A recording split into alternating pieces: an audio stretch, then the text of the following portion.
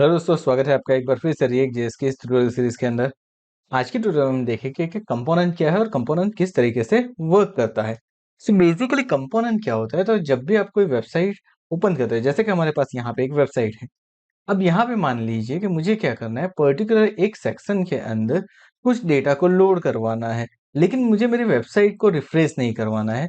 और दूसरी चीज भी मुझे लानी है, वो सेम जगह पे नहीं है, अलग जगह पे अलोकेट है। तो मैं क्या कर सकता हूँ, यहाँ पे मल्टीपल कंपोनेंट क्रिएट कर सकता हूँ। जैसे कि मेरे पास यहाँ पे हेलो वर्ल्ड है और टेस्ट है।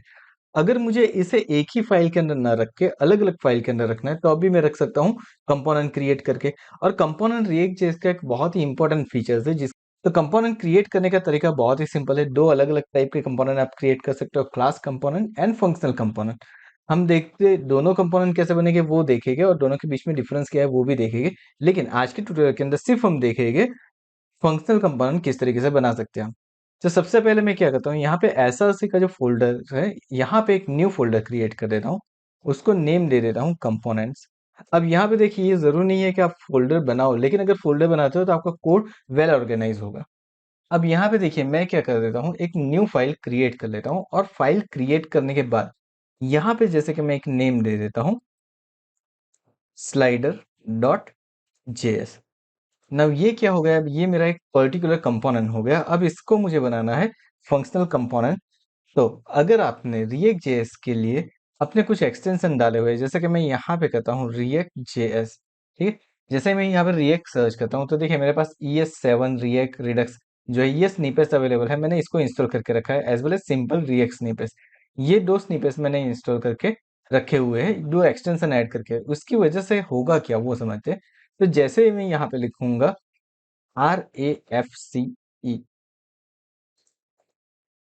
यानी कि रिएक्ट एरो फंक्शनल कंपोनेंट, और उसके साथ मैंने उसे क्या करवा दिया, एक्सपोर्ट करवा दिया। तो ये मेरा कंपोनेंट बन के रेडी हो जाएगा। अब देखिए यहाँ पे क्या हुआ है वो सबसे पहले तो समझते हैं। तो पहली चीज, मुझे जब भी कोई कंपोनेंट बनाना है तो वहां पे एक चीज को इंपोर्ट करनी है, वो है रिएक्ट। सो मुझे यहाँ पे करना पड़ेगा इंपोर्ट रिएक्ट फ्रॉम रिएक्ट। उसके बाद अगर मैं फंक्शनल कंपोनेंट बना रहा हूँ, तो मैं उसे इस तरीके से कुछ बनाऊंगा, like constant slider is equal to, मैंने लिख दिया, एंड उसके बाद ब्रैकेट ऑफ साइन यानी कि एरो साइन मैंने यहाँ पे दे दिया, एंड देन कर्ली ब्रैकेट, उसके अंदर मैंने करवा दिया रिटर्न। एंड रिटर्न करवाने के बाद मैंने यहाँ पे जो भी मुझे डिजाइन चाहिए वो मैं यहाँ पे रख दूंगा। फॉर एग्जाम्पल मुझे चाहिए H1, H1 के अंदर मैं लिख देता हूँ स्लाइडर। चलिए, तो हमने यहाँ पे स्लाइडर लिख दिया है। देन उसके बाद मैंने यहाँ पे कुछ और कर दिया, लाइक एक पैराग्राफ में बना देता हूँ।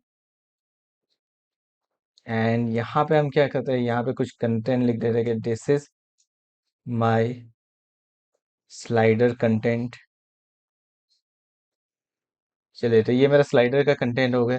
तो इस तरीके से मैंने क्या कर दिया, दो चीजें यहाँ पे क्रिएट कर दी, एंड इसके बाद क्या कर दिया, एक्सपोर्ट डिफॉल्ट स्लाइडर। ये जरूरी है, अगर आप कोई भी कंपोनेंट बनाते हो तो उस कंपोनेंट को एक्सपोर्ट करना बहुत ही जरूरी है। ये हमेशा आपको याद रखना है। अब ये दो चीजें तो हमने कर ली, अब मुझे क्या करना है, यही चीजों को यूज करना है ऐप के अंदर। तो यहाँ पे हम क्या करेंगे, हमारा जो ऐप डॉट जेएस है वहां पे हम चले जाते हैं। एंड ऐप डॉट जेएस के अंदर आने के बाद यहाँ पे हम क्या करते हैं, हमारा जो कंपोनेंट है स्लाइडर, उस कंपोनेंट को यहाँ पे हम करवा देते हैं इंपोर्ट। तो इंपोर्ट करवाने के लिए बहुत ही सिंपल है, आपको क्या करना है, यहाँ पे इंपोर्ट लिखना है, उसके बाद स्लाइडर फ्रॉम। स्लाइडर क्या है, तो आपने जो कंपोनेंट बनाया है उसका फंक्शन का नेम, फ्रॉम कहाँ पे ये लोकेटेड है उसकी लोकेशन, एंड देन उसके बाद आपको यहाँ पे आपके कंपोनेंट का नेम लिखना है। अब मेरे में इसलिए डायरेक्ट आ गया है क्योंकि मैंने उसके एक्सटेंशन ऐड करके रखे हुए हैं, जिसकी वजह से जब भी मुझे इसका यूज करना है, लाइक दिस स्लाइडर, तो मेरा ऊपर की तरफ ऑटोमेटिक वो इंपोर्ट होके आ जाएगा। लेकिन यहाँ पे एक चीज जो हमने मिसिंग की है वो है, हमें पेरेंट कंपोनेंट, यहाँ पे कुछ ना कुछ पेरेंट डायरेक्टरी मुझे कुछ ना कुछ बना के रखनी पड़ेगी, कुछ भी पेरेंट मुझे बनाना पड़ेगा। तो ये मल्टीपल कंपोनेंट को भी आप यूज कर पाओगे यहाँ पे। तो चलिए, हमने यहाँ पे स्लाइडर कर दिया है, एक बार रन करके चेक कर लेते हैं। तो देखिए यहाँ पे स्लाइडर दिख रहा है, this is my slider content दिख रहा है।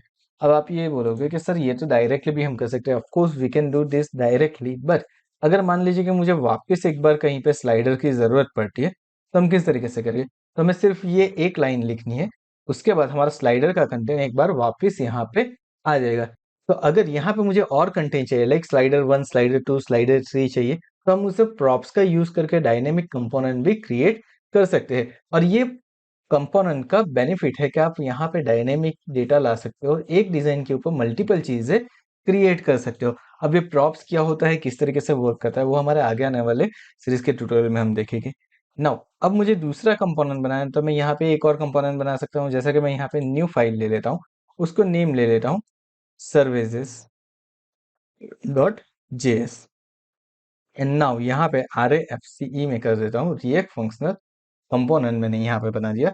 एंड यहाँ पे अगेन मैं सेम चीज करने वाला हूँ, H1 के अंदर मैं लिख देता हूँ यहाँ पे सर्विसेज। ओके, नाउ अब मुझे अगर इसको भी ऐप के अंदर ले जाना है तो हम किस तरीके से करेंगे? तो सबसे पहले तो मुझे यहाँ पे करवाना पड़ेगा इंपोर्ट। इंपोर्ट करने के बाद मेरा जो सर्विसेज सेक्शन है वो यहाँ पे लेना पड़ेगा फ्रॉम कंपोनेंट सर्विसेज के अंदर से। एंड जहाँ पे भी मुझे सर्विसेज चाहिए वहां पे मुझे क्या करना पड़ेगा, यहाँ पे सर्विसेज को ऐड करना पड़ेगा। तो इस तरीके से हम क्या कर सकते हैं, इस तरीके से हम सर्विसेज का कंपोनेंट हमने क्रिएट कर दिया। चेक करते हैं हमारे पेज के ऊपर कि वो डिस्प्ले हो रहा है कि नहीं। देखिए यहाँ पे सर्विसेज का कंपोनेंट भी डिस्प्ले हो रहा है। सो इस तरीके से आप मल्टीपल कंपोनेंट क्रिएट कर सकते हो और कंपोनेंट का यूज करके अपने डिजाइन को और ज्यादा डायनेमिक बना सकते हो। आई होप आपको ये चीजें समझ में आ गई होगी। तो अगर ये चीजें समझ में आ गई है तो वीडियो को लाइक कर दीजिए, चैनल को सब्सक्राइब कर दीजिए और आगे आने वाले वीडियो के लिए नोटिफिकेशन बेल आइकन के ऊपर भी क्लिक कर दीजिए। अगले ट्यूटोरियल में हम देखेंगे कि फंक्शनल कंपोनेंट क्या होता है, क्लास कंपोनेंट क्या होता है, दोनों के बीच में डिफरेंस क्या है, क्यों इसको यूज करना चाहिए।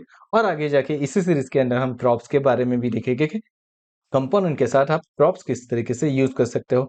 Thank you so much for watching this video.